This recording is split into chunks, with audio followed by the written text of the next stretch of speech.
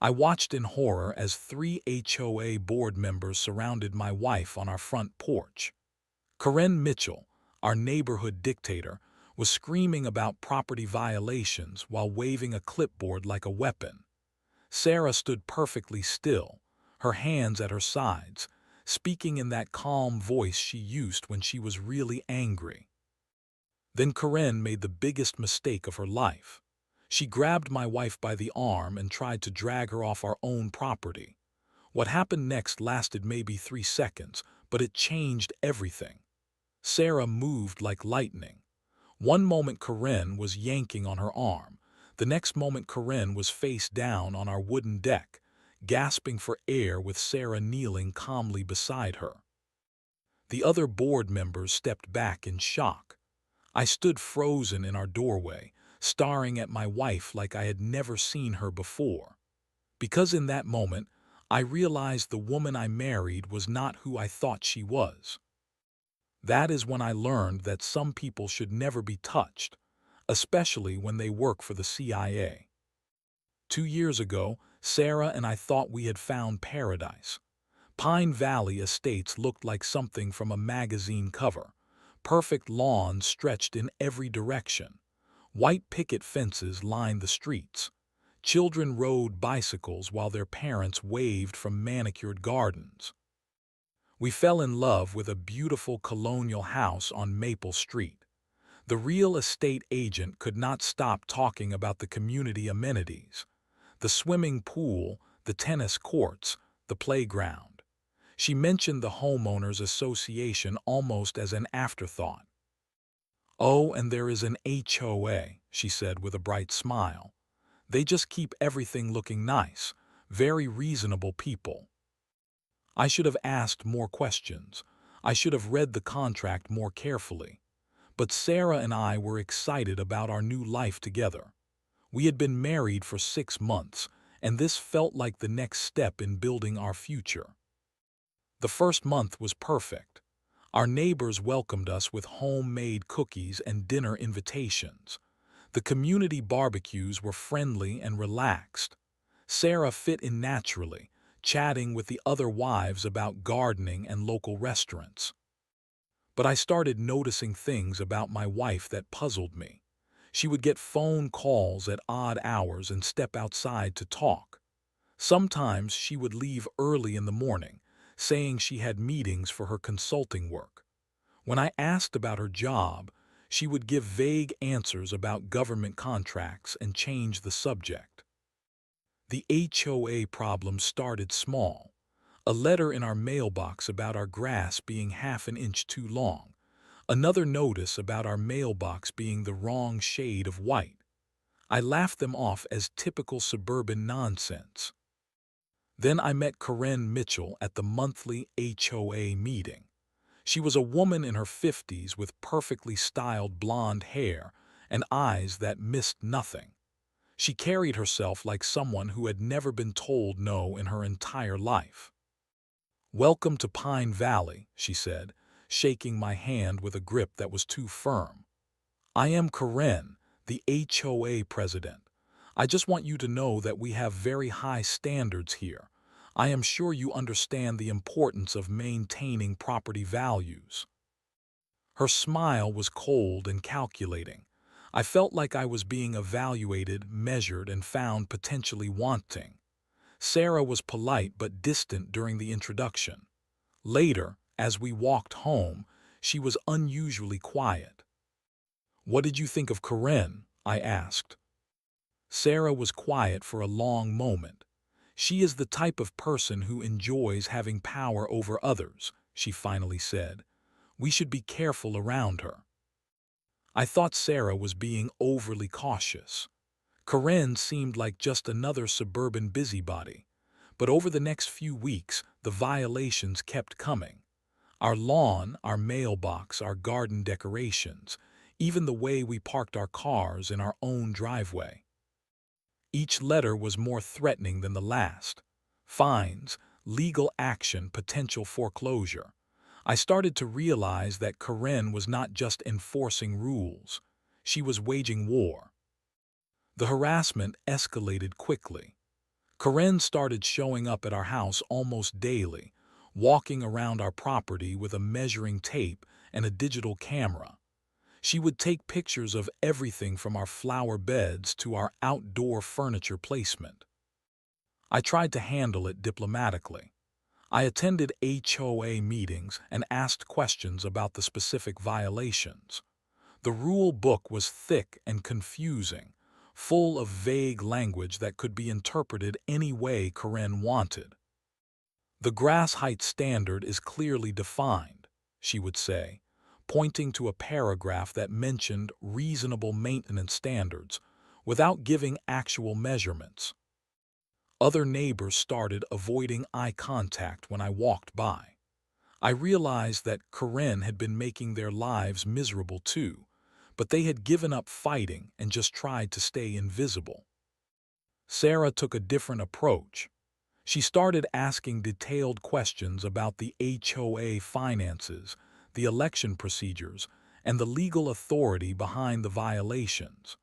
Her questions were precise and technical, like she understood bureaucracy from the inside. Where exactly does the HOA derive its authority to impose these specific fines? She asked during one meeting. Karen's face turned red.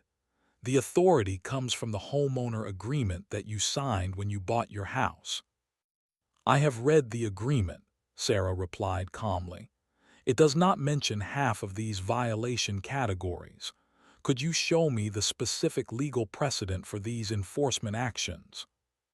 The room fell silent. Other homeowners looked between Sarah and Karen like they were watching a tennis match.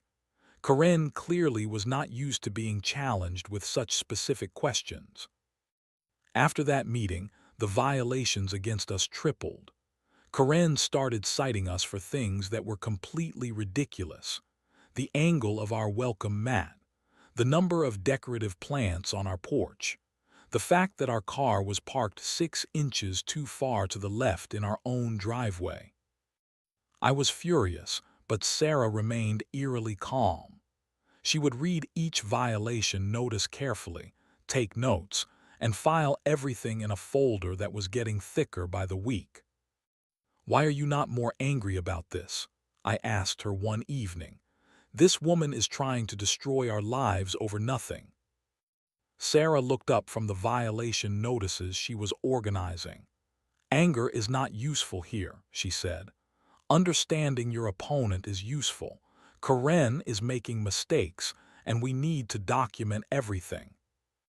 I did not understand what she meant, but I noticed that Sarah was right about Karen making mistakes. The violation notices were becoming more frequent and more ridiculous. Some of them contradicted previous notices. Others cited rules that did not actually exist in any official document. Sarah started requesting copies of all HOA financial records, meeting minutes, and correspondence.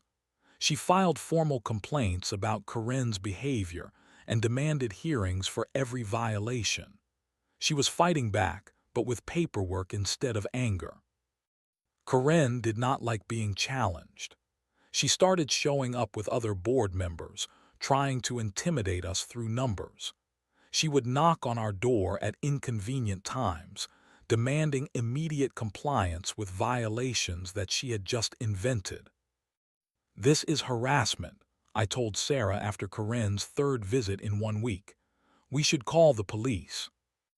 "Not yet," Sarah said. "Let her escalate first. The more unreasonable she becomes, the stronger our position gets." I was starting to realize that my wife thought about conflict very differently than I did. She was patient, methodical, and always thinking several steps ahead. It was like she had training in this kind of strategic thinking. The breaking point came on a Tuesday morning in October. Karen arrived at our house with 2 other board members and a man she introduced as a county code enforcement officer. They demanded to inspect our backyard for compliance violations. Sarah met them at the front door, still wearing her bathrobe and holding a cup of coffee. She was polite but firm.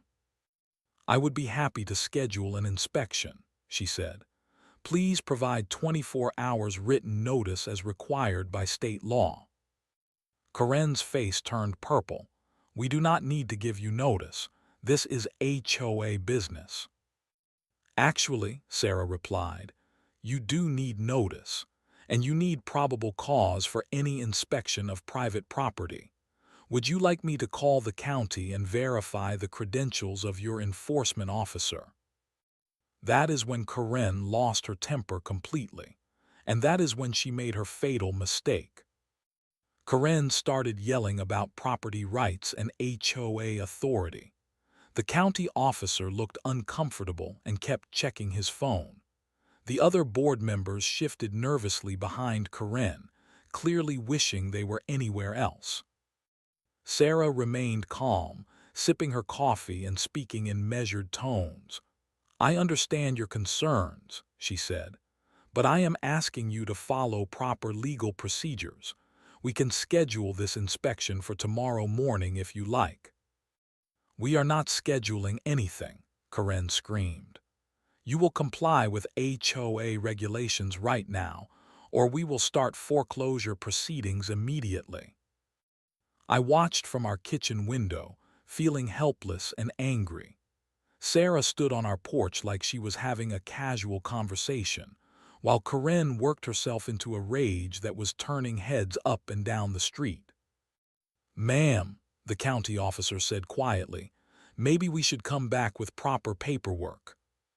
Corinne spun around and pointed her finger at him. Do not tell me how to do my job. I have been running this HOA for 8 years, and no one has ever questioned my authority before. That is when I saw something change in Sarah's posture. It was subtle, but I had been married to her long enough to notice. Her weight shifted slightly. Her free hand moved closer to her side. Her head tilted just a few degrees, like she was calculating angles. Mrs. Mitchell, Sarah said, her voice dropping to barely above a whisper, I am going to ask you one more time to leave our property and follow proper legal procedures. Or what? Corinne demanded, stepping closer to Sarah. What exactly are you going to do about it? Sarah set her coffee cup down on the porch railing. Please do not make this more difficult than it needs to be. Corinne looked around at the growing crowd of neighbors who had come out to watch the confrontation. She was performing for an audience now, and she clearly felt like she needed to win this public battle to maintain her authority. You do not scare me, Corinne said, climbing the first step of our porch. I have dealt with plenty of troublemakers before. You are going to learn that in this neighborhood I am in charge. Sarah took a step back toward our front door. Mrs. Mitchell, you are trespassing on private property. I am asking you to leave. Make me, Corinne snarled. What happened next will be burned into my memory forever. Corinne lunged forward and grabbed Sarah by the left arm, trying to pull her off the porch. It was clearly assault, witnessed by half the neighborhood and recorded on at least 3 cell phones. But Sarah's response was something I had never seen before. The moment Corinne's hand made contact, Sarah moved with impossible speed and precision. Her right hand trapped Corinne's wrist while her left arm swept up and around. Corinne's feet left the ground for just a moment, and then she was face down on our wooden deck with Sarah kneeling beside her. The entire sequence took maybe 3 seconds. Sarah had not thrown a punch or made any aggressive moves. She had simply redirected Corinne's momentum and used her own force against her. Corinne was not injured, just completely controlled and unable to move. Let me go, Corinne gasped, her face pressed against the deck boards. Stop struggling and I will release you, Sarah said calmly. But if you try to touch me again, this will go very differently. The county officer was staring with his mouth open. The other board members had backed away from the porch completely. Our neighbors stood frozen on their lawns, cell phones recording everything. I ran outside, my heart pounding. Sarah, what? Call the police, she said without looking at me. Mrs. Mitchell just committed assault, and I want it documented properly. Karen was still trying to struggle free, but every movement only made Sarah's control more complete. You cannot do this to me, Karen wheezed. I am the HOA president. You are a private citizen who just committed assault on my property, Sarah replied. Your HOA position does not give you the right to put your hands on people. I pulled out my phone and dialed 911, my hands shaking. The dispatcher asked me to describe the situation, and I found myself stumbling over the words. How do you explain that your wife just neutralized a neighborhood bully with moves that looked like something from a martial arts movie? Sarah held Karen in place for another 2 minutes until the police arrived. Then she released her with the same calm precision she had used to control her. Karen scrambled to her feet, her face red with embarrassment and fury. She attacked me, Karen screamed at the officers. I want her arrested. But the cell phone videos told a different story. Karen had clearly been the aggressor, and Sarah had only responded after being physically assaulted. The officers separated everyone and started taking statements. As I watched Sarah calmly answer questions from the police, I realized that my wife was not who I thought she was. The woman I married had just handled a violent confrontation with professional-level skills and strategic thinking. That night, after the police left and the neighbors went home, I had to ask the question that had been building in my mind for months. Sarah, I said, who exactly are you? Sarah sat across from me at our kitchen table, her hands wrapped around a cup of tea that had gone cold hours ago. The house felt different now, like the walls were holding secrets that were too big to contain. I work for the government, she said finally. I have been working for the government since before we met.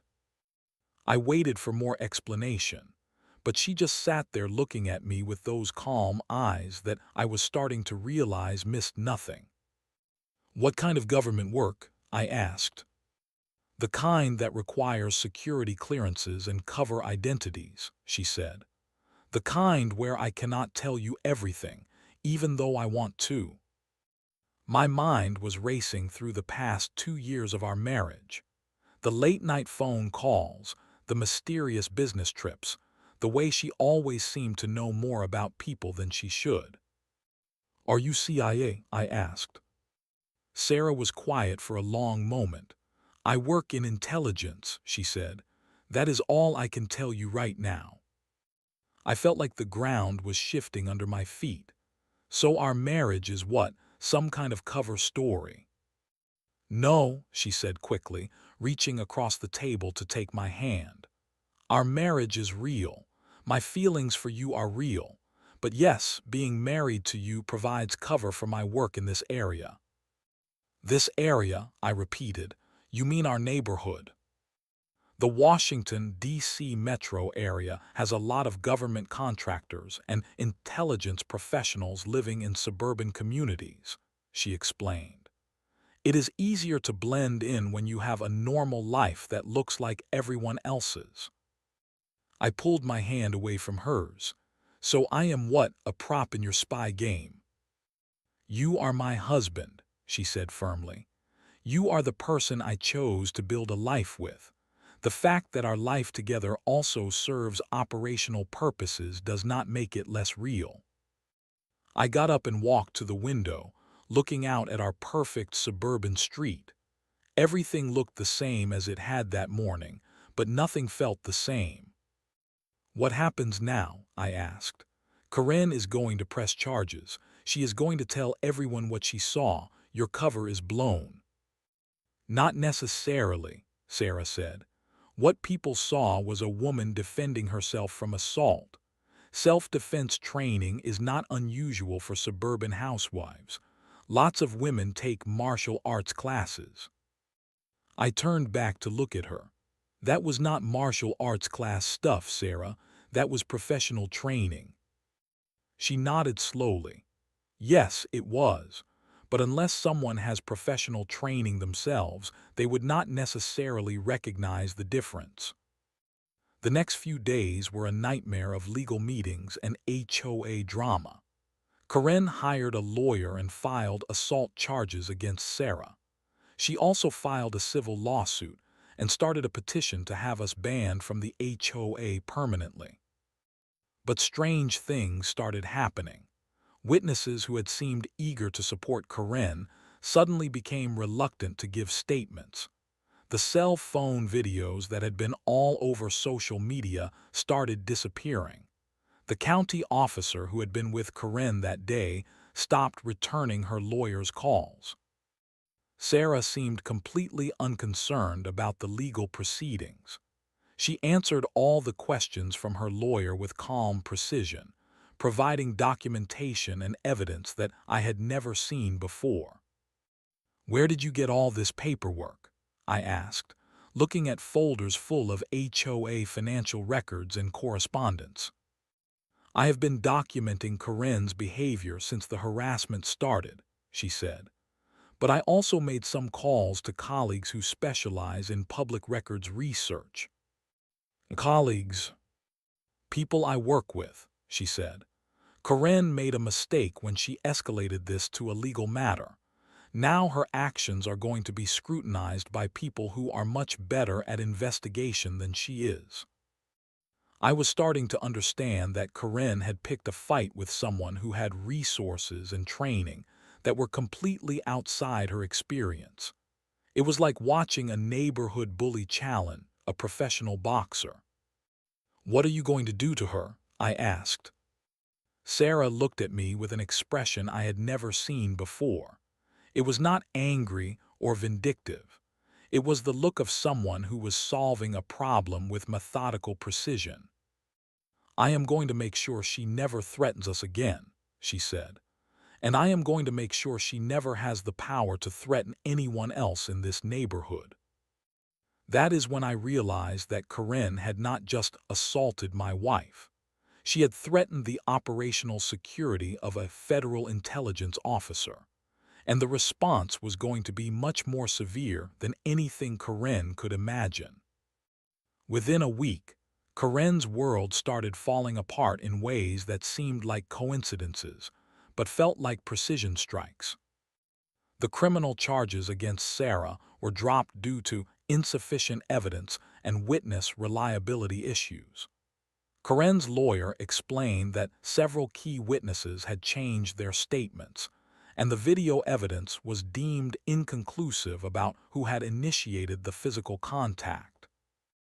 I watched Sarah's face when she got the call from her lawyer. She showed no surprise, just quiet satisfaction. "How did that happen?" I asked after she hung up. "Sometimes witnesses remember things differently when they have time to think about what they actually saw," she said. "And sometimes video evidence is not as clear as people initially thought." But I was learning to read between the lines of Sarah's carefully chosen words. The witnesses had been visited by people who reminded them about the legal consequences of filing false statements. The videos had been examined by technical experts who found them ambiguous at best. Karen was furious about the dropped charges, but her problems were just beginning. The HOA board received a letter from a law firm representing concerned homeowners who were demanding a full audit of the association's finances. The letter cited specific irregularities and potential violations of fiduciary duty. At the emergency board meeting, Karen was forced to provide financial records that she had never expected to be scrutinized. The audit revealed thousands of dollars in questionable expenses, including payments to herself for administrative services that had never been approved by the board. "This is a witch hunt," Karen screamed at the meeting. "These people are trying to destroy me because I enforce the rules." But the other board members were looking at financial records that showed a pattern of self-dealing and mismanagement that went back years. Payments to Corinne's friends for maintenance services that were overpriced. Contracts awarded without competitive bidding. Money that had been moved between accounts without proper authorization. Sarah and I sat in the back of the room, watching Corinne's authority crumble in real time. I glanced at my wife, who was taking notes with the same methodical precision she applied to everything else. "Did you arrange this audit?" I whispered. "I made some calls to people who specialize in financial investigations," she whispered back. "They were very interested in Corinne's management practices." The board voted unanimously to remove Corinne from all positions of authority and to refer the financial irregularities to the county attorney's office for potential criminal investigation. Corinne stormed out of the meeting, screaming threats about lawsuits and revenge. But the systematic destruction of Corinne's power base was just getting started. Over the next 2 weeks, every aspect of her life came under scrutiny from sources she could not identify or fight. Her employer received an anonymous complaint about her using company resources for personal HOA business. Security footage from her office building showed her making dozens of personal phone calls and printing hundreds of pages of HOA documents on company time. Her insurance company received reports about potential fraud in claims she had filed over the years. A fender bender from 3 years ago was reinvestigated when new witnesses came forward with different versions of events.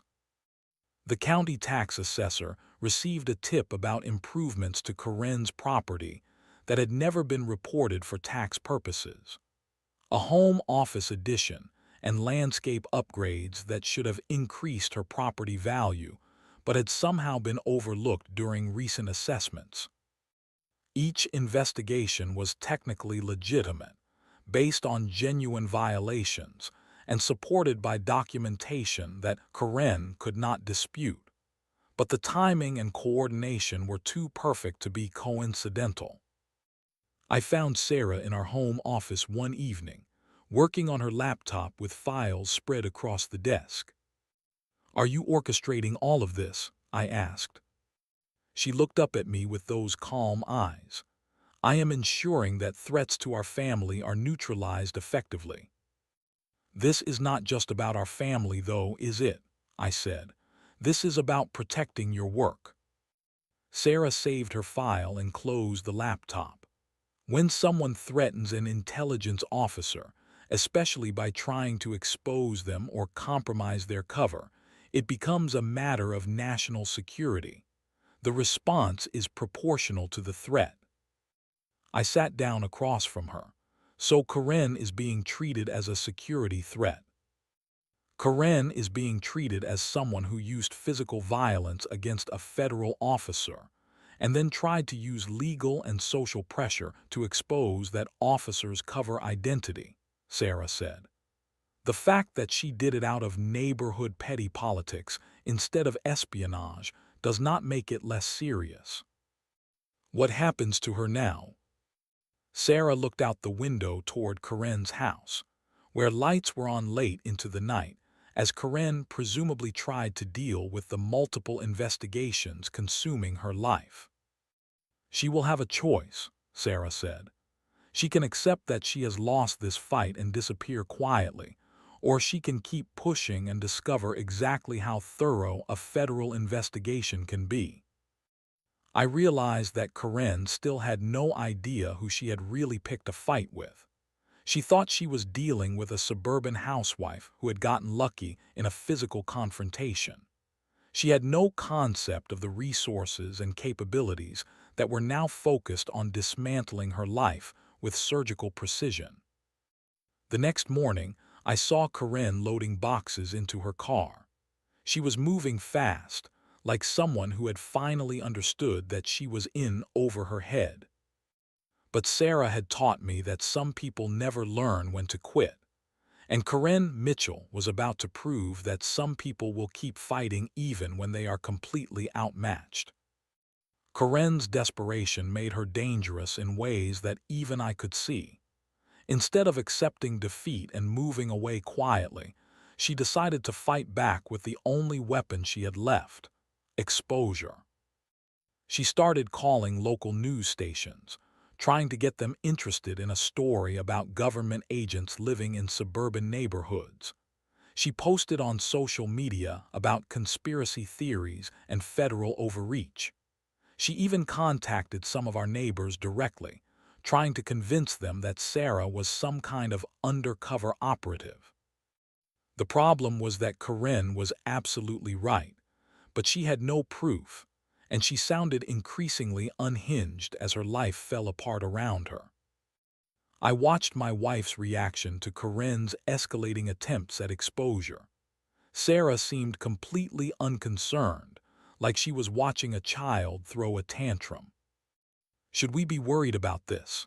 I asked, showing Sarah a Facebook post where Corinne had written a long rant about federal agents infiltrating our community. Sarah glanced at the post and shrugged. Conspiracy theories from someone who is under investigation for financial fraud and HOA mismanagement are not particularly credible. She was right. The more Corinne ranted about government conspiracies, the more she looked like someone who was desperately trying to deflect attention from her own legal problems. The neighbors who had once feared her authority now saw her as an embarrassment who was damaging the community's reputation. But Corinne's final desperate gambit was more direct. She hired a private investigator to dig into Sarah's background, looking for evidence that would support her claims about government employment. That was a mistake that accelerated her destruction, beyond anything I had seen before. Within 48 hours of the private investigator starting his research, Corinne's life imploded completely. The county attorney's office announced that they were filing criminal charges for embezzlement and fraud related to her HOA management. Her employer fired her for misuse of company resources. Her homeowner's insurance was canceled due to the fraud investigation. But the most devastating blow came when the private investigator she had hired called her with terrifying news. He had been contacted by federal agents who strongly suggested that he drop his investigation immediately and destroy any files he had created. They had also mentioned that continuing his research might result in charges related to attempting to compromise federal personnel. Corinne called our house that night, and I answered the phone to hear her sobbing and begging to speak to Sarah. "She is not available," I said, which was true. Sarah was upstairs on a secure phone call with people I was not allowed to listen to. "Please," Corinne cried. "I know what she is. I know who she works for. I just want this to stop." "Then you should stop," I said. "I cannot," Corinne said. "They are destroying everything. My job, my house, my reputation. I cannot even get a lawyer to return my calls anymore." I felt a moment of sympathy for her, despite everything she had put us through. But then I remembered her grabbing my wife on our porch, and the sympathy disappeared. "You brought this on yourself," I said. "You could have just followed the rules and treated people with respect." "I was following the rules," she screamed. "I was doing my job as HOA president." "Your job was never to assault people or steal money," I replied. "And it certainly was not to hire investigators to harass your neighbors." I hung up on her. Sarah came downstairs a few minutes later and asked who had called.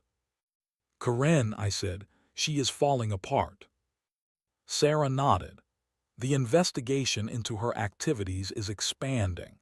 They found connections to other HOA communities where she had similar positions. This pattern of behavior goes back more than a decade." I stared at my wife. "How did you know to look for that?" "I did not," Sarah said. But once a federal investigation starts, it tends to be very thorough. They follow every thread, examine every relationship, review every financial transaction. Most people would be surprised by how many violations they accumulate over the years. Corinne's house went up for sale the next week. The price was suspiciously low, like someone who needed to sell quickly and did not care about market value. I saw her loading a moving truck in the middle of the night, clearly trying to avoid the neighbors who had once feared her authority. The new HOA board that replaced Corinne's cronies immediately reversed all of the arbitrary violations that had been issued over the past 2 years. They also implemented new policies requiring transparency in financial management and limiting the authority of board members to harass homeowners. Our neighborhood actually became a pleasant place to live once Corinne's reign of terror ended. Property values went up as word spread that the HOA had become reasonable and professional. New families moved in, and the community events became genuinely friendly instead of tense political gatherings. But I knew that Sarah's work was not finished. Corinne had tried to expose a federal intelligence officer, and that kind of threat required a response that would prevent anyone else from making similar mistakes. 6 months later, our neighborhood had transformed into the community we had hoped for when we first moved to Pine Valley Estates. The new HOA board focused on genuine community improvement instead of petty enforcement. Children played in the streets without their parents worrying about violation notices. Neighbors talked to each other without fear of being reported for minor infractions. Corinne Mitchell had disappeared completely.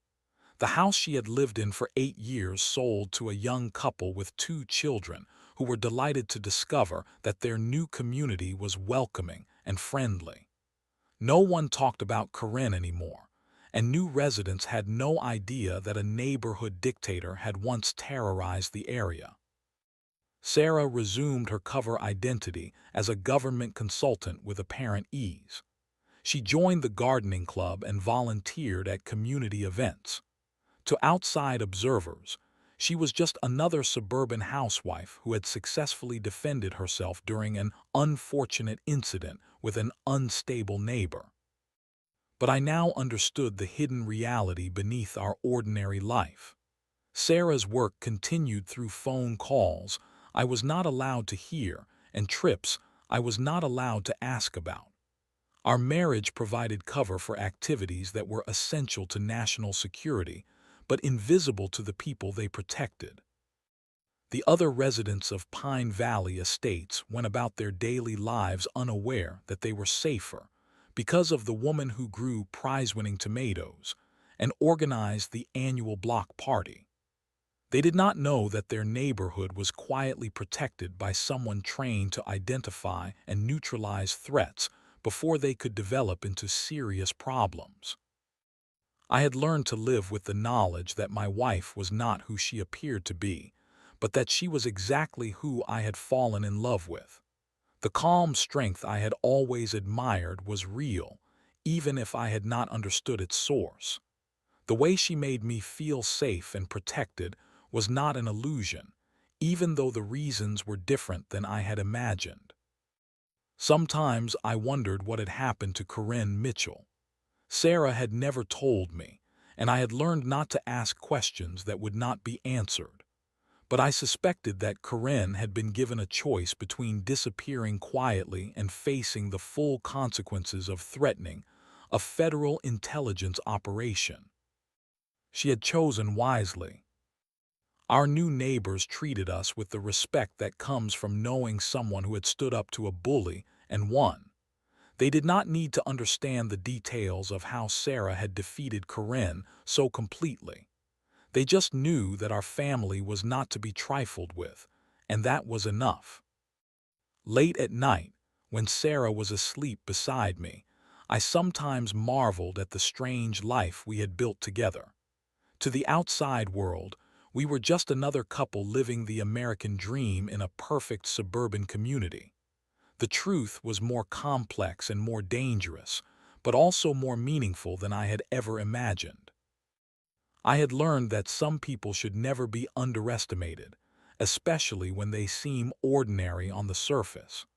I had learned that justice sometimes comes from unexpected sources and operates through channels that most people never see. Most importantly, I had learned that the woman I married was exactly who I thought she was. She was just much more than I had ever dared to hope.